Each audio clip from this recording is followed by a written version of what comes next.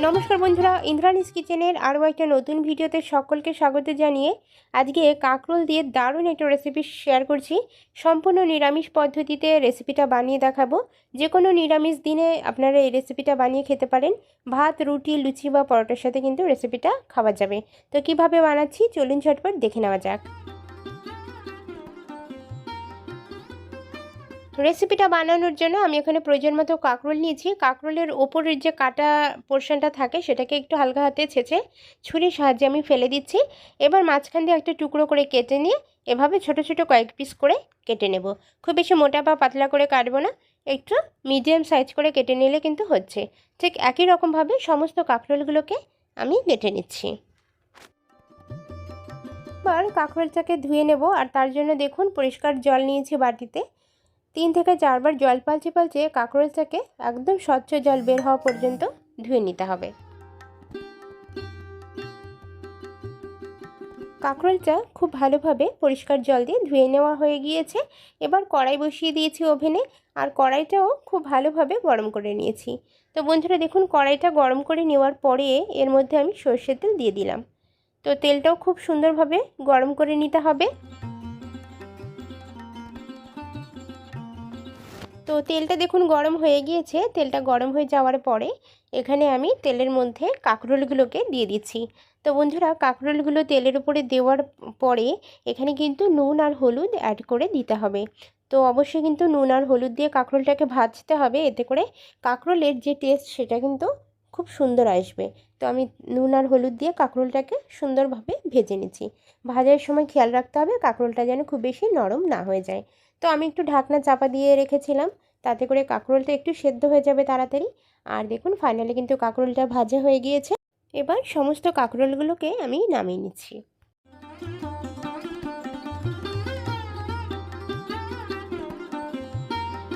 কাঁকরোল ভাজার যে তেলটা অবশিষ্ট রয়েছে সেই তেলের মধ্যেই আমি দিয়ে দিচ্ছি আলু। একটা ছোট সাইজের আলুকে একটু ছোট মিডিয়াম সাইজ করে আমি কেটে নিয়েছি, পাতলা পাতলা, খুব বেশি মোটা করে কিন্তু কাটিনি। কাঁকরোলটাকে ঠিক যেভাবে কাটতে হবে আলুটাকেও সেভাবেই কিন্তু কেটে নিতে হবে। আলু দিলে কাঁকরোলের আজকের রেসিপিটা টেক্সচারটা কিন্তু খুব সুন্দর আসবে, খেতেও কিন্তু দারুণ লাগবে। তো আলুটাও আমি নুন আর হলুদ দিয়ে ভেজে নেব, তবে খুব বেশি কড়া করে ভাজবো না। আলুটাও আমরা কাঁকরোলের মতোই হালকাভাবে একটু ভেজে নিচ্ছি।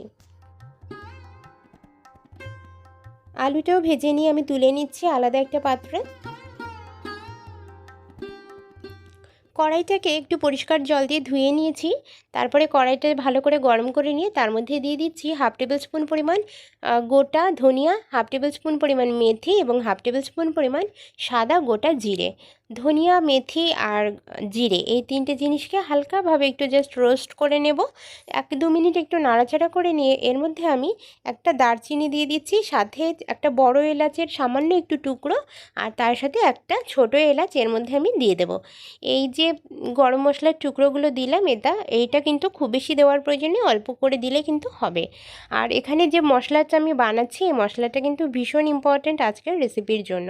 আর এখানে দেখুন আদা কুচি দিয়ে দিচ্ছি, সামান্য একটু আদা দিয়ে দিতে হবে, এতে করে এই যে মশলাটা এটাতে কিন্তু দারুণ একটা সুগন্ধ তৈরি হবে। তো বন্ধুরা, এখানে সামান্য একটু মশলা আমি বানিয়ে নিচ্ছি, প্রয়োজন মতো আপনারা কম বেশি করে কিন্তু জিনিসগুলো দিতে পারেন। আর এই মশলাটা ভেজে নিয়ে আমি শিলনোড়াতে বেটে নিচ্ছি, আপনারা চাইলে মিক্সিং জারেও কিন্তু বেটে নিতে পারেন, জল দিয়ে বেটে নিতে হবে। আর এদিকে আমি কড়াইয়ের মধ্যে তেল দিয়ে দিয়েছি, তেলের মধ্যে 2টো শুকনো লঙ্কা আর 2টো তেজপাতা খুব সুন্দরভাবে ভেজে নিচ্ছি। তো ফোড়নটা যখন ভাজা হয়ে যাবে তার মধ্যে আমি দিয়ে দিচ্ছি টমেটো। একটু বড় সাইজ করে টমেটো কেটে নিতে হবে। একটা টমেটোকে 8 টুকরো করে আমি কেটে নিয়েছি, সেই কাটা টমেটোটাকে দিয়ে দিলাম। দেওয়ার পরে টমেটোটা দিয়ে জাস্ট 1 মিনিট একটু নাড়াচাড়া করে নেব। টমেটোর যে কাঁচা গন্ধটা সেটা চলে যাওয়ার সাথে সাথেই আমি এর মধ্যে ভেজে রাখা যে কাঁকরোল আর আলু সেটাকে দিয়ে দিচ্ছি।